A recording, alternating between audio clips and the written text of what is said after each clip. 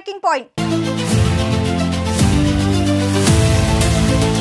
ఏపీలో గత వైసీపీ ప్రభుత్వం 5 ఏళ్ల పాలనలో చేసిన తప్పిదాలను మీరు పునరావృతం చేయొద్దంటూ సీఎం చంద్రబాబు ఎన్డీఏ ఎమ్మెల్యేలకు సూచించారు. అసెంబ్లీ బడ్జెట్ సమావేశాల వేళ ఎమ్మెల్యేలకు అవగాహన కల్పించేందుకు నిర్వహించిన సమావేశంలో ఆయన కీలక ప్రసంగం చేశారు. ఇందులో ప్రధానంగా అసెంబ్లీ సభ్యుల ప్రవర్తన, బడ్జెట్ పై అవగాహన తెచ్చుకోవడం వంటి అంశాలపై పలు సూచనలు చేశారు.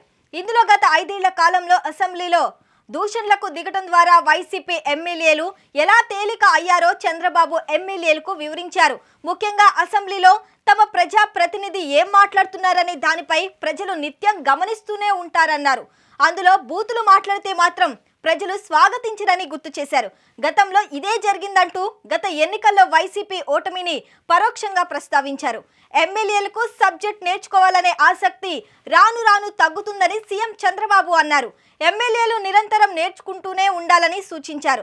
రాష్ట్రంతో పాటు కేంద్ర బడ్జెట్లోనూ నిధుల కేటాయింపుపై ఎమ్మెల్యేలందరూ స్టడీ చేయాలని వ్యాఖ్యానించారు. పని చేయాలనే ఆసక్తి ఉంటే ఏదైనా సాధ్యమవుతుందని సీఎం స్పష్టం చేశారు.